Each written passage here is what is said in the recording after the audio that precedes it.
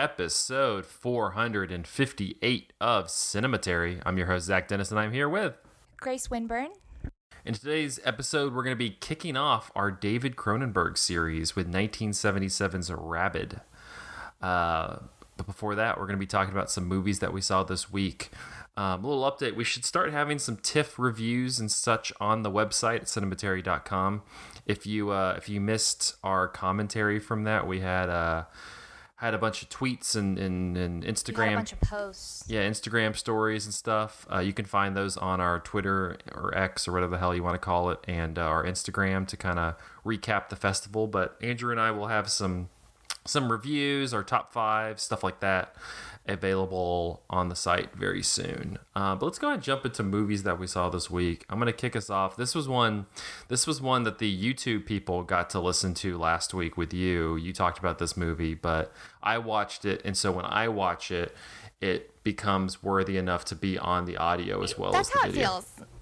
Yeah, that's how that's how things work here. I've run this thing with an iron fist for 458 episodes now. So that movie is Bottoms, the latest from Emma Seligman, and who we talked a little bit about when we talked about it in the last episode on YouTube. But she probably most well known for Shiva Baby, and Rachel Sennett, who was in that movie, returns for this one, as well as Ayo Edebiri.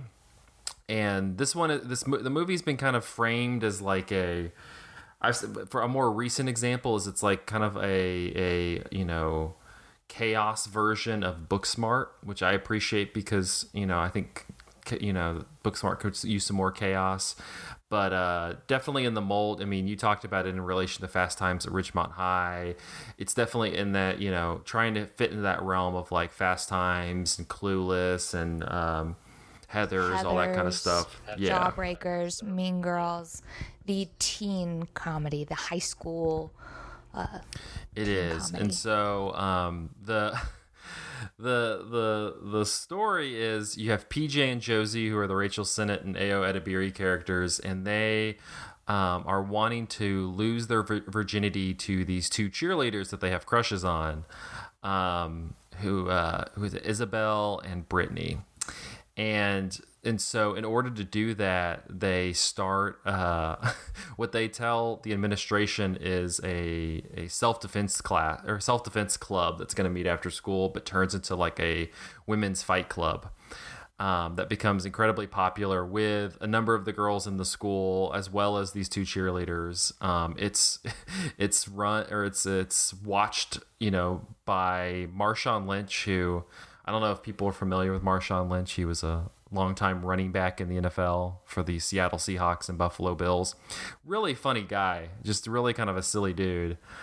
He plays like the teacher who's in charge of this club, and you kind of have like this group of girls who like bond over this fight club that they develop, and naturally as the club gets more popular and people find this connection within it, they start to grow and and friendships brew, but they're all kind of doing this not only to sleep with these cheerleaders but also to prepare for this massive football game that's going to happen at the end of the week, that is against this team that I guess kills people, like literally.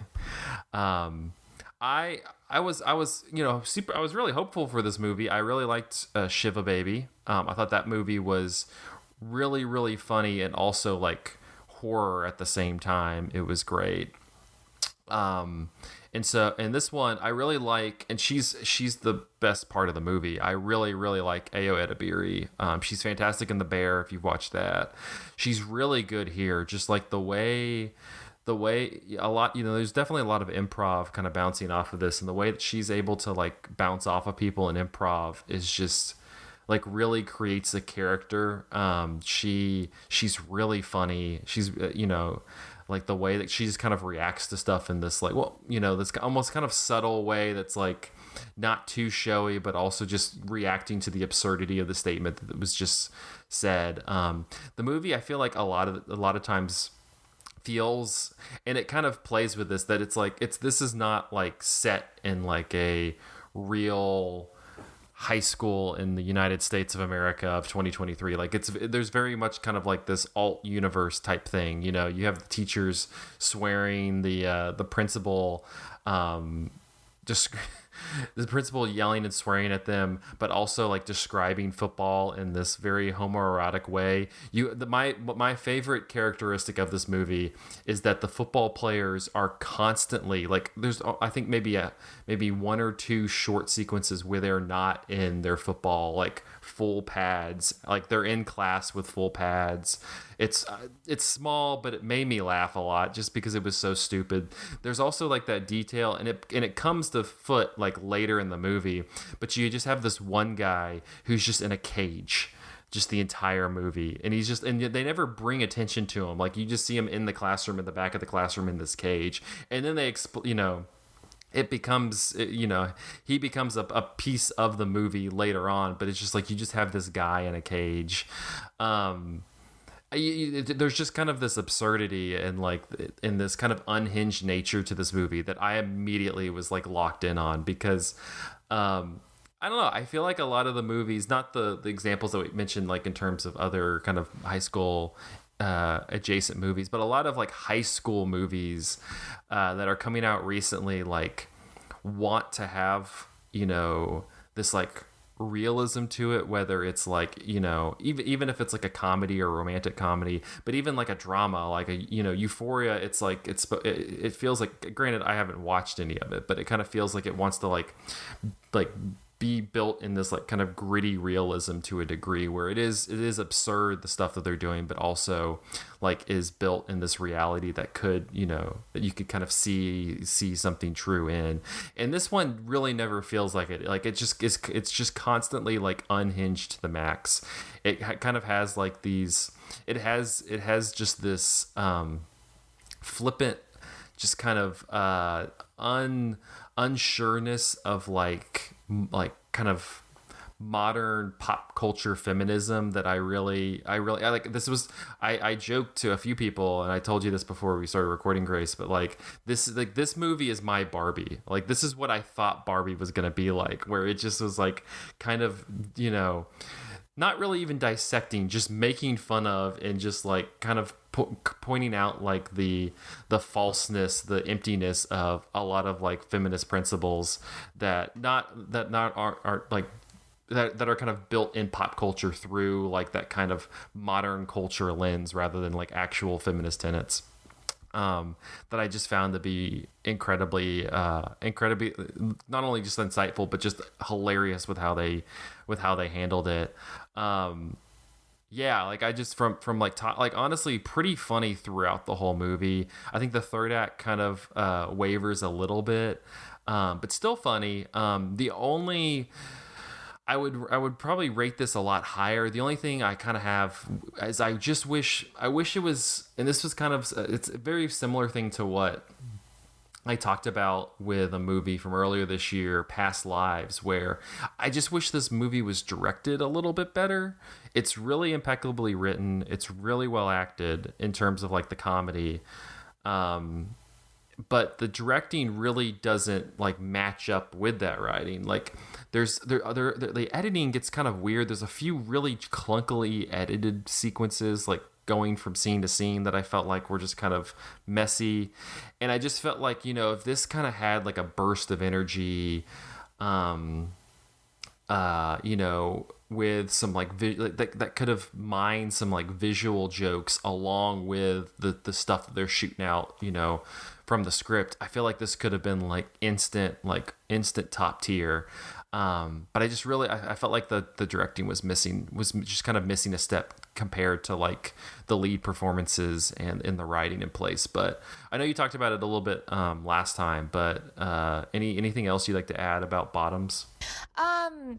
Thinking back, I really enjoyed how full every scene was, like visually rich. There was always something happening in the background as well as the foreground.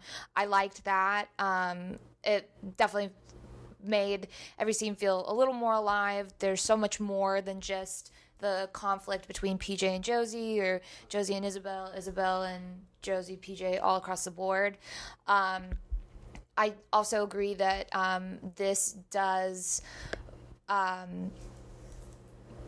really I think that I thought it was so sharp and so smart, and some of it's like, as you mentioned, it's takes on feminism. There's that one line, it felt like a throwaway line, and I was one of the few people in my theater that laughed at it, when PJ and Kaya Gerber's character, I forget her name, the girl boss who runs her own business and everything, and she's like, and still nobody asks me, and how she says that she's just an extension of her best friend, you know, like, but anyways, they're doing their homework, and she's like, yeah, our teacher is so lame for this, like, I mean, who is bell hooks and why do we care?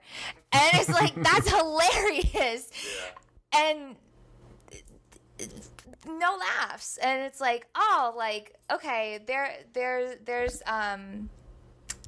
some homework was done, and more beyond just, you can't be too this, you can't be too that, it's hard being a girl. There's more intersectionality. One of their black female leads to, like, you're a Republican. They called her out on that. That was very funny. And that added some layers. Every character felt so complex.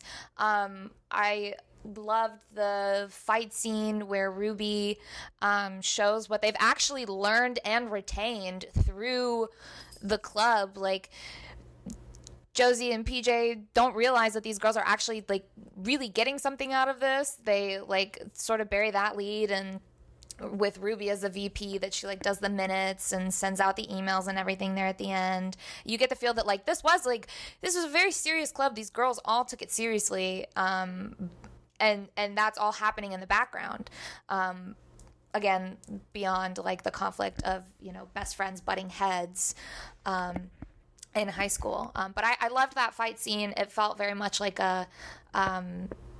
that's feminism. It's like, we can try and we can learn and we can build, you know, try and overcome these barriers, but there's always still just, like, some unequal footing. Like, instead of them demonstrating what they've learned with their teammates, with the other girls in the club, they have to fight the diesel footballer that's locked up because he's so deadly. So just he's in a cage, like, the whole movie. He's in a cage the whole time. It's so funny. I do also feel like there is still some realism in this. Yeah, there is. Like, okay, you mentioned the footballers in their full uniform. It's them in their Letterman turned to 11. The principal swearing and saying very homoerotic things about the football team. It's just the way funding seems to go always towards sports and not towards any other club. So that, turned up to 11. It all felt very, like, grounded, and then also amplified 100% by teenage girl ears. When I start to see it through that of, like, these are teenage girls telling their story about wanting to get laid, it's like, oh, this all makes so much more sense. Like, this all feels so real. The stakes are there. I loved the fight to the death scene where they killed the entire football team. That was great. Spoiler. But it's VOD now. They did that so quick. That's something else that I didn't like. That's not really, like, I don't think you're really coming for that. You're coming for the laughs along the way. Yeah. It's about the. It's I think that that's why I say, like, it's my Barbie, because it's like it's a movie that's, like, pointing out, like, it's definitely not anti-feminism, but it's definitely pointing out, like, the plastics, like, the kind of plasticity of a lot of, like, that's why I say, like, pop culture feminism. Like, again, like, you buy the Bell Hooks book, but, like, are you really, like, reading and retaining that information, kind of thing? Absolutely, because then at one point the girls are exploiting themselves. They think that they have the power and agency over what's happening, where they're selling their underwear to men, where they're selling pictures. It's like, you feel as though you have that agency because you're the one that's, facilitating it, but at the end of the day, you're still being exploited by these older men. And this isn't the take on my body, my rules, my choice that like you really think it is. So I can see that, and I can agree there. Yeah. No, big fan of. I was thinking a lot about that scene too. I was like, what did that mean? So. Yeah. No, big fan on Bottoms. I if you could catch it, it's still in the theaters. But this is the Gen Z high school movie to go see. The scruffier Booksmart. Yeah. I don't. Booksmart just maybe thought a little too highly of itself. I mean, that's Booksmart. This is Streetwise, right? Street Smarts. Yeah. This is just like unhinged, and I like it. This feels like more of like a Gen Z product than that does, because like I think it kind of captures a little bit of that that kind of non sequitur TikTok humor that you run into a lot. So big cosign on Bottoms. I'm gonna toss it over to you though. You're gonna you got a movie we've actually covered in an episode of this 239 episodes ago of Cinematary, but it does tie a little bit into our part 2 movie. So I'm gonna toss it over to you to talk about Raw. Well, where to begin? First, my reasoning for watching this, as I mentioned in the previous episode, I try and pick a movie that I think would pair nicely, would bring out some more of the themes and motifs from our main film, like a wine pairing, or just, extra homework, extra reading, something just to keep my mind engaged and keep me thinking and talking. So I chose Raw. The big reason is that, again, in the last episode, I confused the two titles.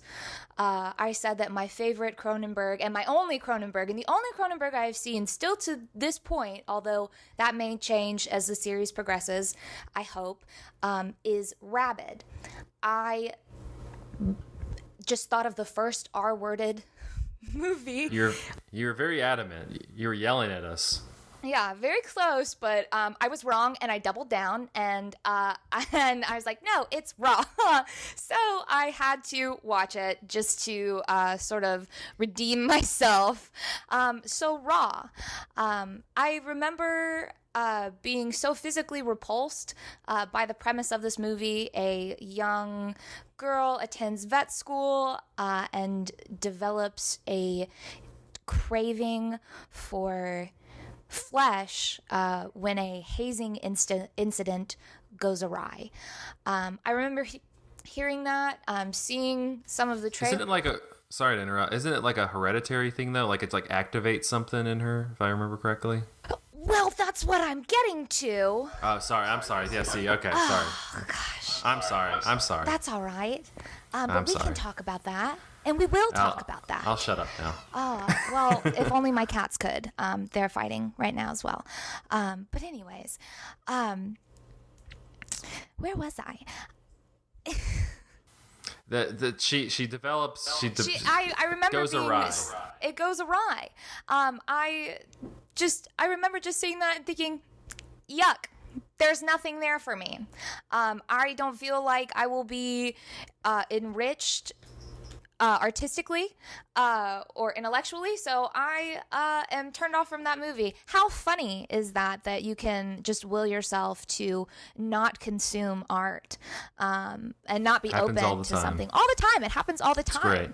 And then you watch it and you're like, damn, the hell was wrong with me? Yeah, what the hell was wrong with me? That's exactly what I thought. Sometimes. By the end of it. Sometimes you're like, I was right.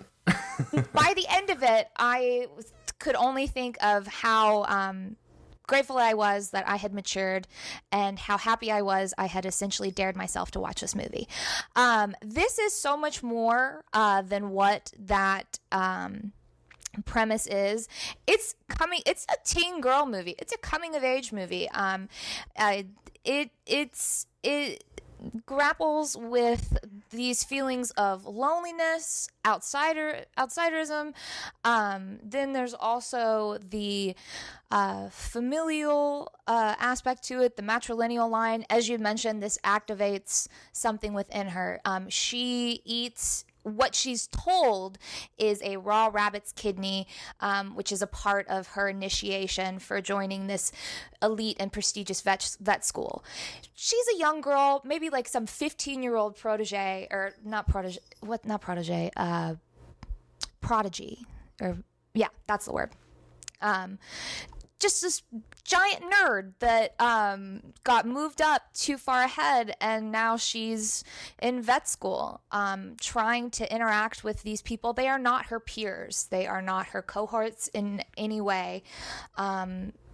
But she wants to be a part of this, but she's also probably smarter than a lot of them, so there's that separates her from them. Also, she's a vegetarian. Her entire family is a vegetarian, as is established before she goes to the school, so she can't eat the meat.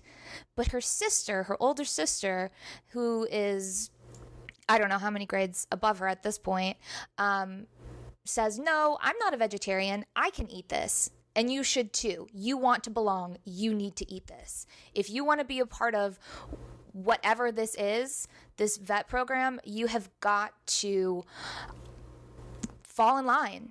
That sounds like Sallow, right? When you guys were talking about that? Like, what's on? Oh, okay.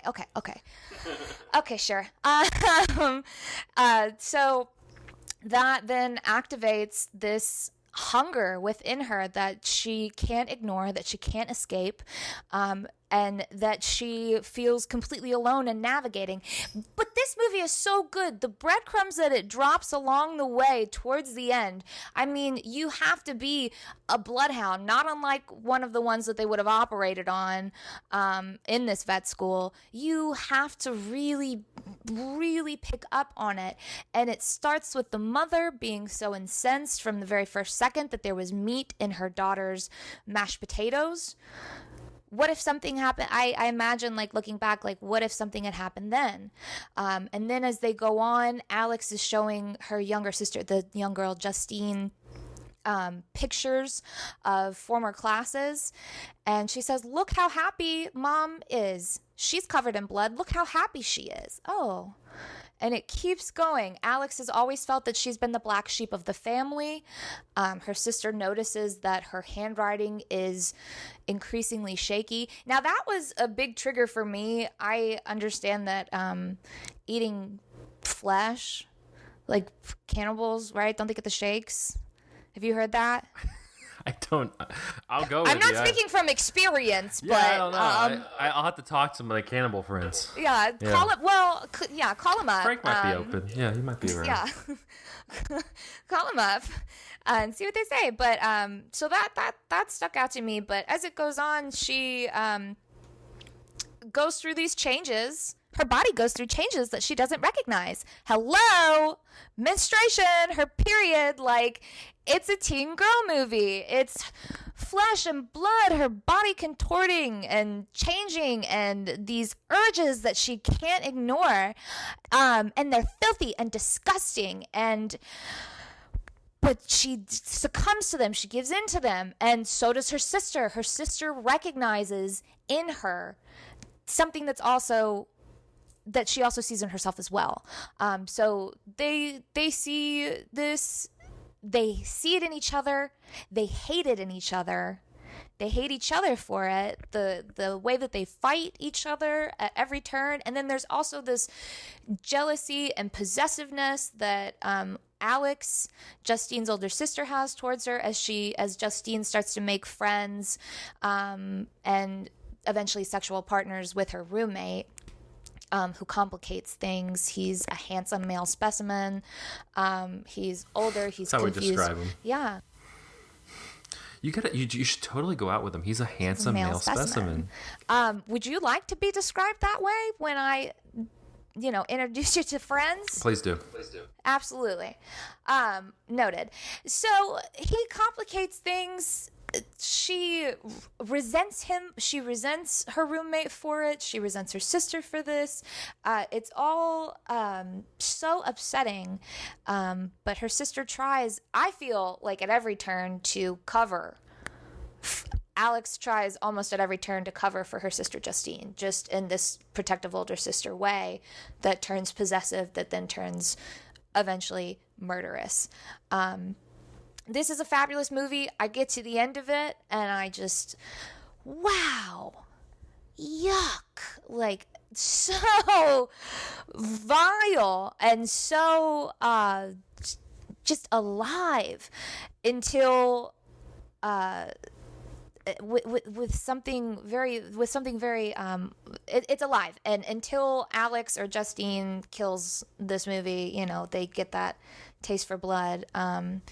This is a fabulous movie, and I really regret going so long without seeing it, but I'm glad that I did, because I don't think that I would have been able to appreciate it in the same way. I have really, really found a niche in horror with the female body horror, or just body horror now. I really shouldn't gender it, although that's a whole other thing, but just body horror in general, as, you know, the way of the world right now, politics, people not having full access to their bodies, you know, these stories and this genre feels more relevant now, feels very relevant, and always touching on something that needs to be said, always room for further exploration.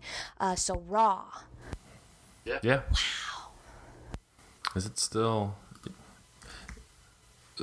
I checked it out from the library. Yeah, I would say that it doesn't look like it's streaming anywhere. So yeah, that's the way to go. Go to your library. Go to your local library. I wonder what An important message. The main... Oh, yeah, she was in Titane. That lead actress is great.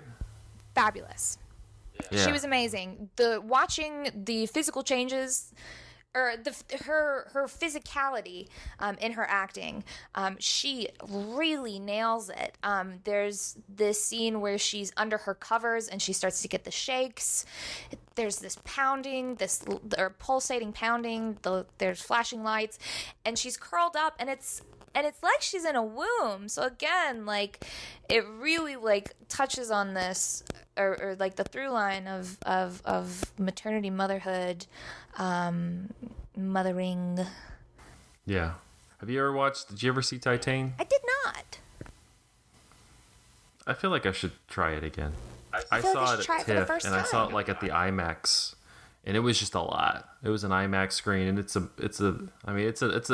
There's the one thing, there's a lot going on in it. I mean, the one takeaway is she fucks a car and then has the car's baby. Yeah, like it's the second movie from this director who made Raw. It's wild.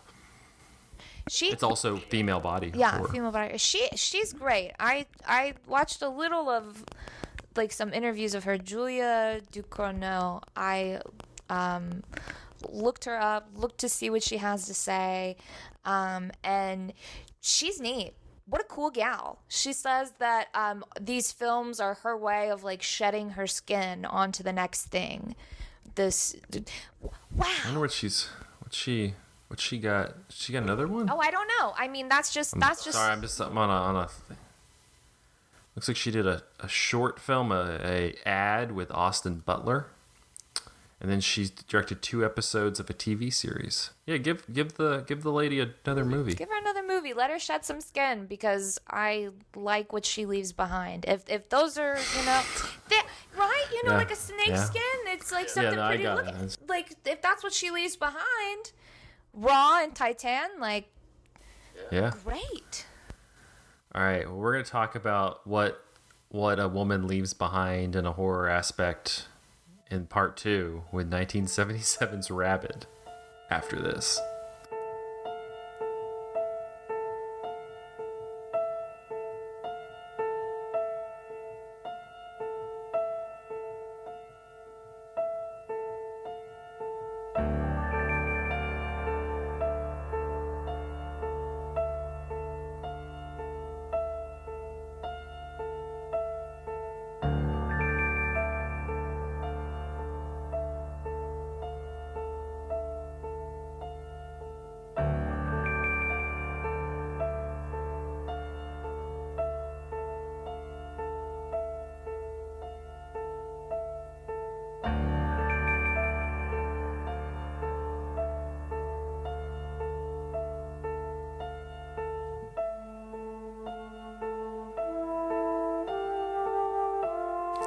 And we're back with part 2 of episode 458 of Cinematary. In this part, we're going to be kicking off our David Cronenberg series with 1977's Rabid, his second feature film. This is, of course, written and directed by David Cronenberg. The film stars Marilyn Chambers, Frank Moore, Joe Silver, and Howard Reichpan. A young woman develops a taste for human blood after experimental plastic surgery, and her victims turn into bloodthirsty zombies, leading into a citywide epidemic in Montreal. Initially titled Mosquitoes, Cronenberg had difficulty writing the script due to the broader nature of the film's city setting, compared to his first film Shivers, which took place in one apartment complex. At one point, he told John Dunning that, quote, "John, I just woke up this morning and realized this is nuts. Do you know what this movie's about? This woman grows a cock thing in her armpit and sucks people's blood through it. It's ridiculous. I can't do this. It's not going to work." He went on to say in an interview in 2002, "It's painted on a bigger canvas than Shivers. There are many similarities because it also deals with a disease which spreads from person to person, and it made the person it infected quite deranged." According to Cronenberg, at the time, the only CFDC films that had turned a profit were the two he had made for the corporations, Shivers and Crimes of the Future.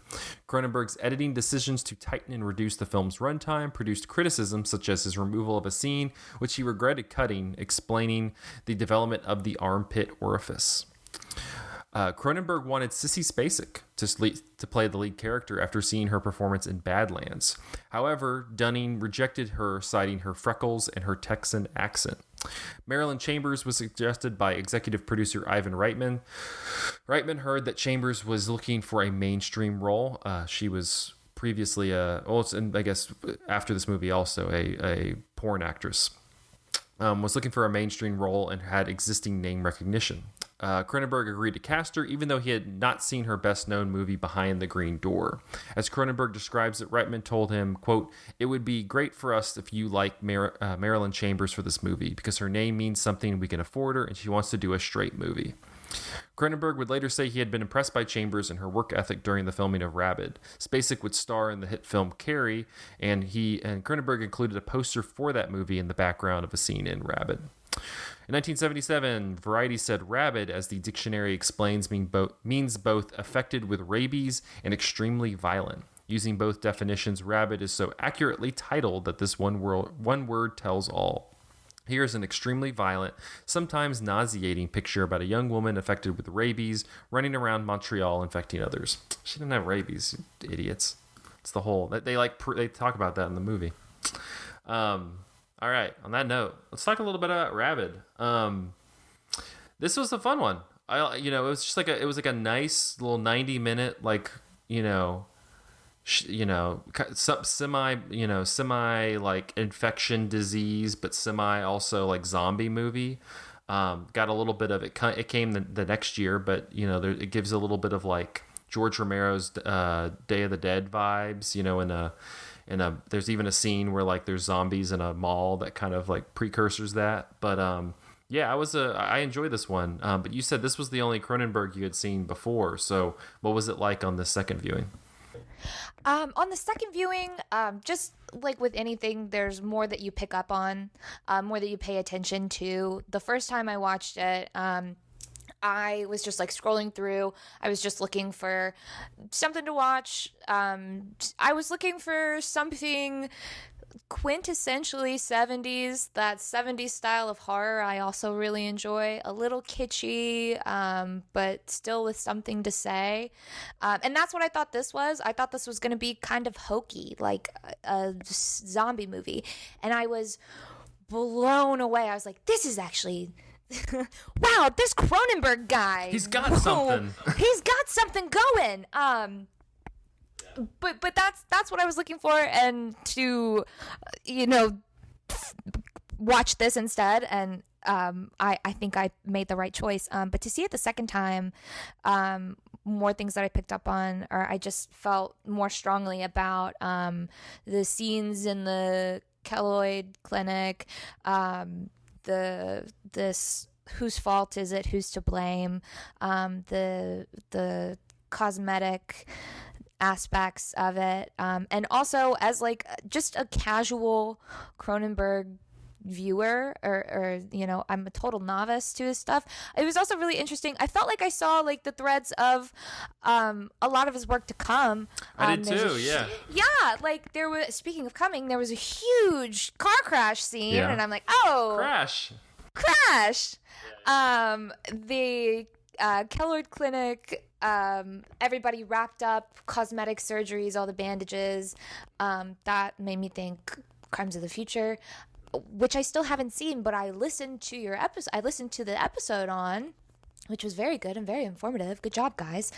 I still haven't seen it either. That was Andrew and that was other people. Oh, you haven't seen it either? I was going like, yep, listen to it. Oh, hey. Yeah. Good job, other guys.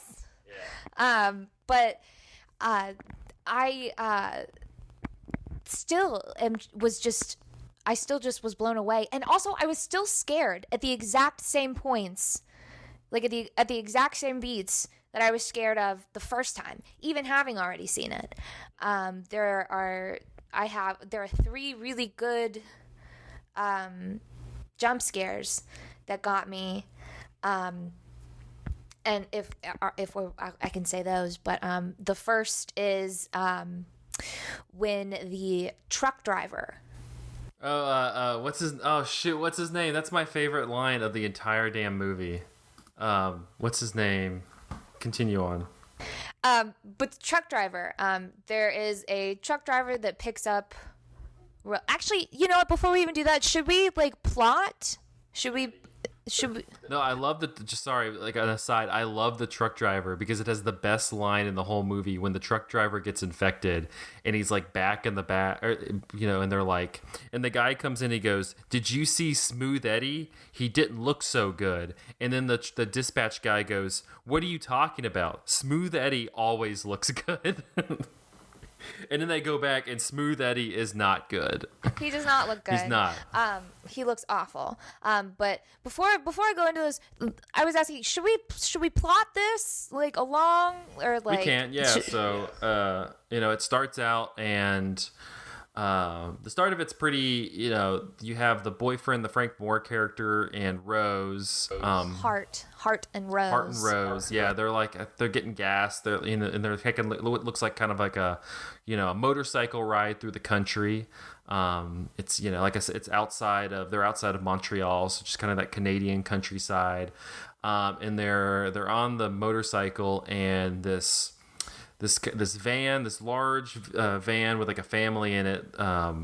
They're going down the road. The wife and the son are yelling at the dad who's driving. He finally just relents and is like, "I'm trying to find. I'll turn it around. And he's trying to turn it around, and the car stalls out in the middle of the road.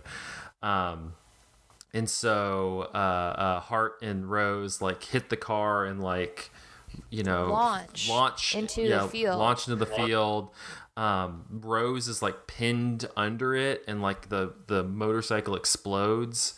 But they're close to this plastic surgery clinic, the keloid clinic, and they see the smoke and the explosion, and so they go and pick him up. And Hart's, I think he has some bruises and his arms messed up a little bit, but he's mostly fine.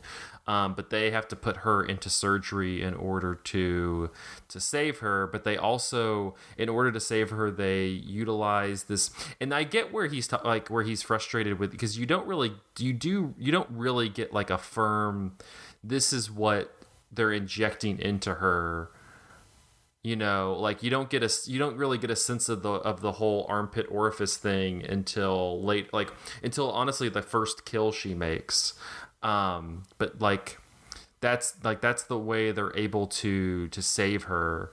And then honestly for the rest of the movie, it's just kind of her coming out of the coma and starting to she's hungry, and she realizes that the only thing that quenches that hunger is human blood. So she starts just taking out victims and stuff, while Hart is trying to get back to the clinic and find her. And the outbreak goes on and on. It's sprawling. So it's wonderful. I just wanted to do that first in case anyone is like, "Hey, what's this movie about?" Just in case. Anyways, back to my 3 favorite jump scares. Smooth Eddie. back to that. We started He always looks with good. Smooth Eddie. Rose wakes up from her coma. She is on the run. She's trying to get away from this place. She doesn't want to be there because she's only going to hurt people, and she does only hurt people while she's at the clinic. So she takes her show on the road. Gotta get to heart. I do. Before we move on past the clinic, I do want the first kill she makes is really good because it's much more like sexual in nature, like more than the other ones. It feels almost like she's killing him through sex, which is kind of like because what she does, like, because it's like the armpit orifice thingy, she like kind of brings the person in close, like almost in like an embrace, and like she's like kind of holding him really tightly and bringing him in really close, and then she like it unleashes into him, and like you hang with them longer than you do any of the other ones, and like you kind of hear him like you hear him moan. He gets on top of her, like collapses onto her. But it's very like orgasmic. Like he kind of lets out like he's orgasmed, and then just like he slowly is like coming down as she continues to like suck the blood out of him, and he kind of is slowly like losing consciousness. It was a very well done first kill to kind of have. Yes, absolutely. And that guy, that nurse, he's an interesting little character. I liked, he's sort of a victim to this vanity that this place runs on. I mean, the whole reason why they sent off a sample of her skin to be just bombarded with radiation or chemicals or whatever they were going to do to it to alter it so that it would turn into face tissue, so that it would turn into breast tissue. It was all in the name of vanity. They did this experimental surgery all in the name of vanity, to make this rose, this flower, beautiful after this mutilating accident, with no real thought to what she may want, with no real thought to what are the effects of that. So it is her first couple of victims in the center are victims of vanity themselves. That's a little, I think of that. But that is, I like that kill. And I raise you the pool scene kill. That's a good one. That's a good one. That also, one, yeah. I feel we also linger there a little bit. There's obviously it's much more sapphic. It's much more in the same vein as Bottoms, what we talked about earlier. Well, yeah, Marilyn Chambers is really good in that scene because she like really plays up like the kind of like almost this kind of like sex dolly character to a degree. And it's really effective in like, her kind of going in for the kill. Lures these victims, lulls them into this state of lustful sleep, and then, she's gotcha. A Venus flytrap, a penis flytrap. This is a real good. This is kind of a YouTube episode. You got to see us like armpit. Like don't look. It's a real big movie for people if they have armpit fetishes. Yeah. It's a real big movie for them. But it's so interesting. Her time at the clinic is great. I also like the name of the clinic because it's keloid, and a keloid is like a big, thick scar, and so that's what I mean. Webster's dictionary defines. But that was just like, that's just interesting. I like all the little touches. It's the little things that mean the most to me. But leaving the clinic, Rose leaves the clinic. She enlists the help of this truck driver to Smooth Eddie to take her wherever she needs to go. And he's a very nice guy, a very gentlemanly guy. He doesn't seem she runs into a variety of people. Like he seems like much more like you kind of feel bad for him and like his kill, because he like, even though he like invites her like for the ride, he definitely is not as like he's different from like the dude when she's in the movie house like watching, who's like clearly like kind of creeping on her and stuff. Like he seems like just taking her, gives her a sandwich. Yes, he's Smooth Eddie. guys. It like the thing that remains the same is that she's a beautiful woman in need of something or is in some situation, and these are men that, and it starts, and I like that it's mostly men that we see. She spreads it to directly, but we do know that plenty of women get this. This is also like a really interesting, like, film metaphor for AIDS as well, like as a male sexually transmitted blood disease, in a way. Yeah, because we talked about the pool scene. That's a female victim. So, and some women, but she mostly. She kills women, but she like infects the men. I don't know if it's like something different, but she definitely infects the men. And Smooth Eddie just seems like a nice guy who just wanted to help her out. He always looks good, but he didn't when he came from the shadow. Yeah, it's good. Yeah, it's good. With this hook in his hand and just starts tearing into people. And then some other truck drivers kick his ass, Canada style. I mean, they just lay into the guy. That was a great scene. You're messing around with probably a bunch of former hockey players. Some corn-fed hockey players. What do they have to lose? But that was a great scare. It scared me twice, and I knew it was coming. But it's just so well. It comes out of the darkness from nothing. You don't see him, and then there he is, and it's already too late. It's so terrifying, and the soundtrack to it, that underscores it, very frightening, very loud. It's worth just a random note. He was a producer on this, but also the music supervisor for this movie is Ivan Reitman, who Ghostbusters 2, like director of that stuff.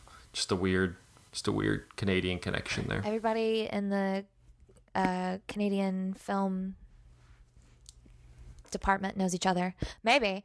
But that was great. That was a great scary scene. My second favorite was in Maury Cypher's house with his wife. Maury Cypher is some executive, some bigwig, some important somebody to the Keloid Center. He was like on the board of directors, who befriends and helps Hart. Drives him back to Montreal, drives him back to the center, drives him back to Montreal, gives him his car so he can go find his girlfriend, go find Rose. And through all this driving, they're hearing about the outbreak over the radio, TV, word of mouth, and they're also experiencing it firsthand. There's a lot of moving parts in this. This is a really... Cronenberg is like juggling a bunch of apples all at the same time. They're all up in the air. A lot of connecting storylines. Do you think, you watch all the different lines of the outbreak, and then it all eventually circles right back around to Rose in the mall? Yeah. Well, it circles back to her. Yeah, a couple of times where victims on victims end up back to her. She's the center of the wheel, and we can watch it all spoke out from there. So it's lots of moving parts. But so as Hart and Murray are hearing about all of the outbreaks and everything, Murray tells Hart, bring Rose back to our house. Bring Rose back here. We just won't feel safe until all of this blows over. Yeah, it's worth mentioning that they don't know that she's like patient zero, They have no idea. They just know that this outbreak is happening, and they're scared, and she's probably scared. So it's better that we're all together. Yeah. So go on, get your girlfriend. It's important that, we'll be safe together. And he walks into his house. He starts calling for his wife. They've recently had a baby. He's upstairs in the nursery, and there's blood in the nursery. Oh, it was so gross. It was so scary. It made me weak in the knees. It was a good one. Just a quick little visual of there's blood and then clothes. And it's probably he lifts up the thing, and you just kind of see the blood, and he just closes it, and is and then you know it's the baby's something's happened to it. And then his wife infected busts out of the closet and gets him. That's so scary. It's a good scene. Yeah. Great scene. And then my third favorite jump scare, talk about a bug on the windshield, is when Hart is driving through town and the infected man jumps out onto the windshield and they shoot him down. Canada has established martial law. Wow. Yeah, I like that they're just driving around with garbage trucks, and then those they are have the tanks. How great! Yeah, they're driving around with tanks and garbage trucks, and like the guys on top of the garbage truck with like sharpshooters, a rifle, just going. Just not, he's like, I got another one. They just like run out and they grab it and throw it. And you're like effective. It's swift, decisive action that the Canadian government took to quell that outbreak. I mean, I'm not saying that we should have employed martial law to the point of like we're shooting down people with COVID, but just some real action, just a choice. That's all we were asking for. Just like make a decision. Establish some rules, give us some order. We really could have used that. This is how Canada does Outbreak, although I don't know if that's really true anymore. But I really liked that scene for what it was. Also, speaking of the tanks, the trucks, the garbage trucks, that scene where they're driving them into town, they've stopped traffic and you watch them go by. I lost count of how many garbage trucks, and that they're going to use them to pick up the bodies of this outbreak that they dropped. I lost track of how many. It was, I got up to like 8 or 9, and when the scene ends, there's still more just going. So, I mean, there's no telling. Yeah, the one thing, that's getting close to like the end of the movie. The one thing, the movie, I feel like the movie, the very, very ending is good. Where they, she's just kind of there and becomes another one of the bodies they pick up. But I feel like the lead up to that feels a little rushed and a little disorganized. Like I felt like there should have been more between her and Hart, because they like you get a little bit of them before, and then like the rest of the movie it's like them trying to reconnect. And you get that briefly, but I felt like there was more to do there between the two of them before it just kind of ends. I liked that. It made it, it complicated their communication, constantly missing each other on the phone, constantly missing each other at the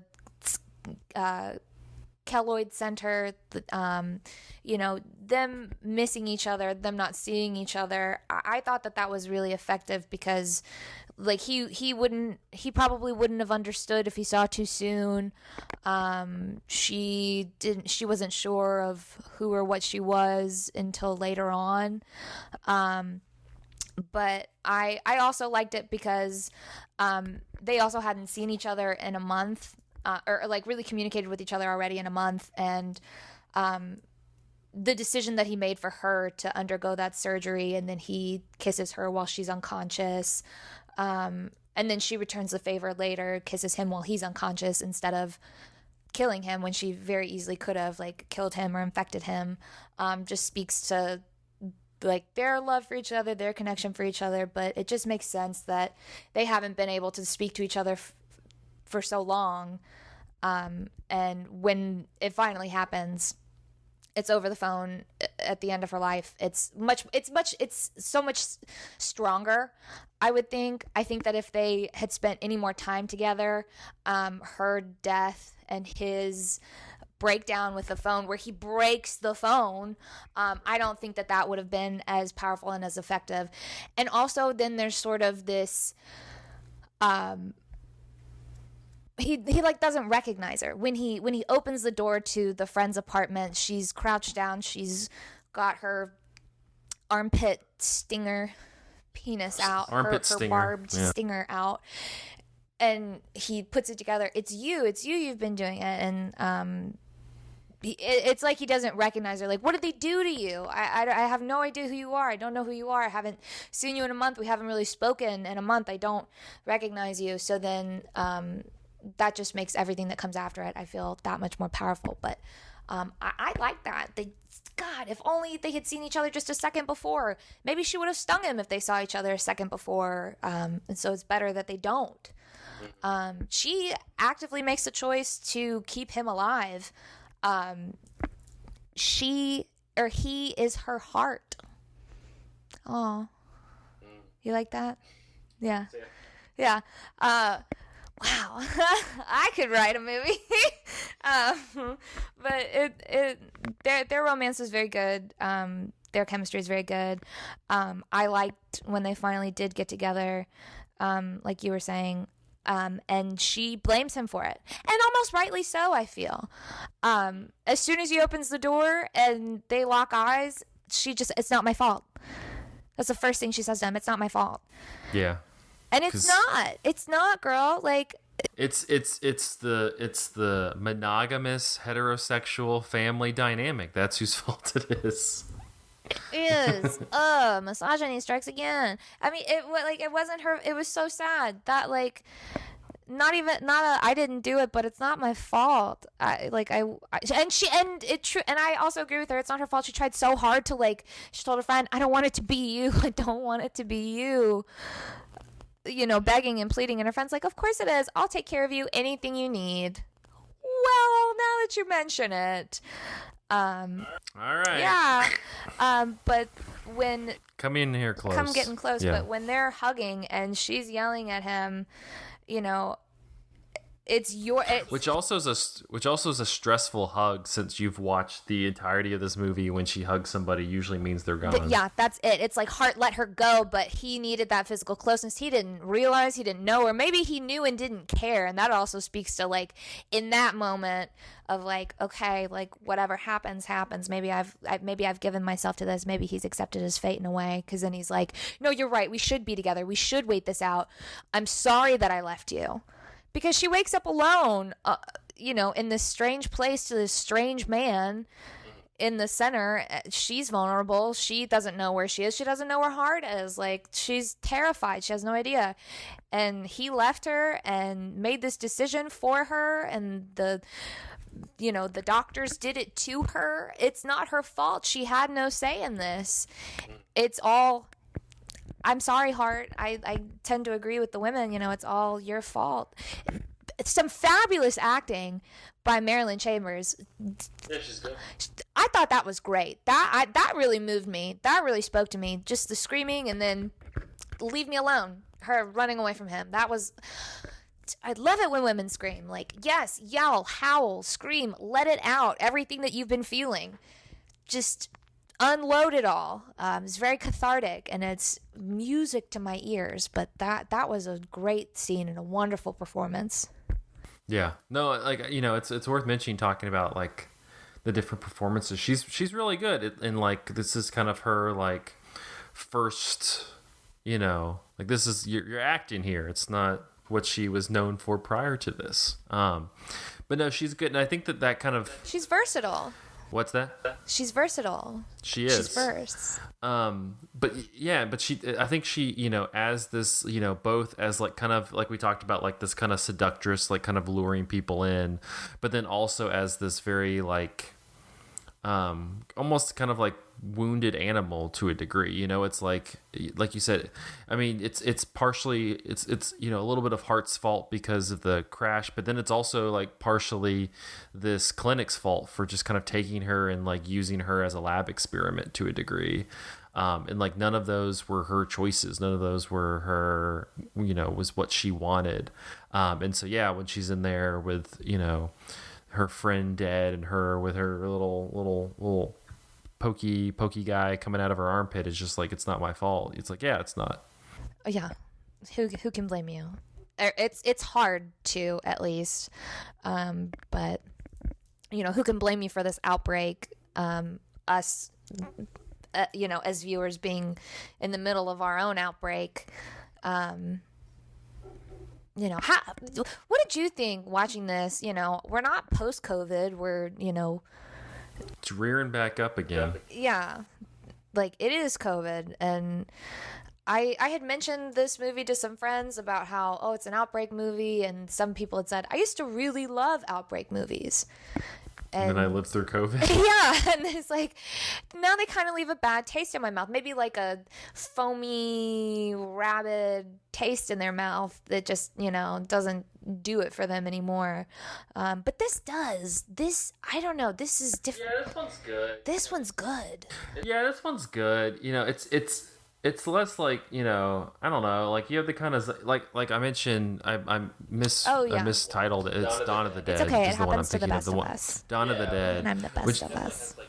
Yeah, but like, like it definitely has like those vibes to it where it's Dawn of the Dead's less about like a zombie outbreak and more about just like the interpersonal, like, how people are kind of like react and break down because of, being shut off from society and civilization to a degree. That's what's fascinating about it. And this one kind of is similar. It has a lot more going on than just, it's this kind of body horror, kind of almost like monster movie / zombie movie at the same time. Like, it's less like an outbreak movie and more, I don't know, like people watch the Walking Dead things and stuff like that. I feel like this is, at the very least, it's a zombie movie. It's very effective. Like, as we've described, like all the jump scares are coming from, these zombies that have been infected. And like, again, like this is 1977. So this is right a year before Dawn of the Dead. And, after, Night of the Living Dead. And so like there's just kind of like this like nostalgic like night, not niceness but like kitschiness, like comfort to like these zombies, like there's something kind of like throwback and nice about like seeing like these like the makeup and stuff for these zombies and like those movies, like the Night of the Living Dead and Dawn of the Dead, as well as this one. Like there's something I like, it's kind of nice to see, whether it's those movies, whether it's like Hammer movies, like there's something nice. It feels very, you have those practical tactile effects to it. That's nice. What I was looking for in this movie, and was delivered something entirely different, but still at least a little familiar with that. So this movie does it. I before we like do anything else or say goodbye or anything, the last scene where Rose's body is out back by the trash cans and the garbage, with the dogs rummaging through it as a garbage truck and sharpshooter drive by, and they shoot her and they grab her body and they dump her in the back. That was interesting. That was sad and that was interesting, because my first thought was like, wow, are they just like, is the public just that over the outbreak that they just, it's like the recycling, or it's like some piece of furniture that you stick out, at the end of your driveway for pickup, like, come get this body, come get this person, come get this, Well, it's like, again, like like there's something. It's not like in the confines of like the outbreak. Like, this is patient zero. Like, this is the person who started it. But do they know that? But they don't know that. So it's just like it's just another body that they found that they throw in and it's just like there's nothing. She's just like another. She's another check on the list kind of thing. That's so sad. They just toss her off like that, like garbage. Oh, man.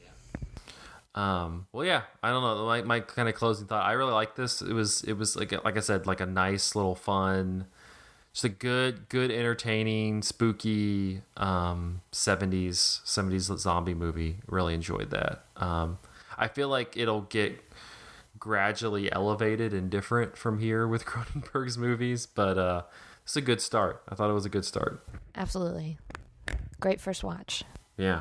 All right. Well, that'll wrap up this episode of Cinematary. If you'd like to find more, you can find us at facebook.com/Cinematary, on Twitter and Instagram at handle at Cinematary, and on Letterboxd at letterboxd.com/cinematary, where we list all the movies that we talked about in this episode.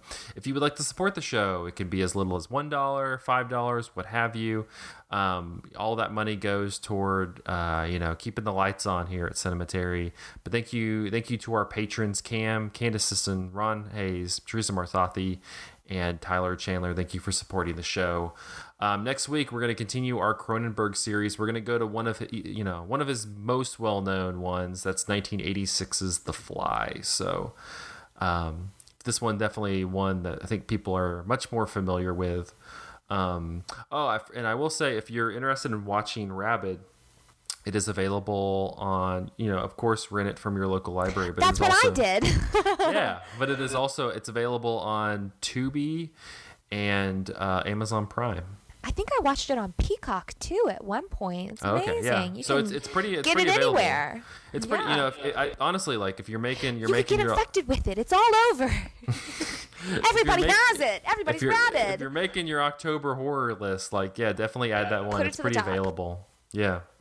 But yeah, until next time with The Fly. Thanks for listening.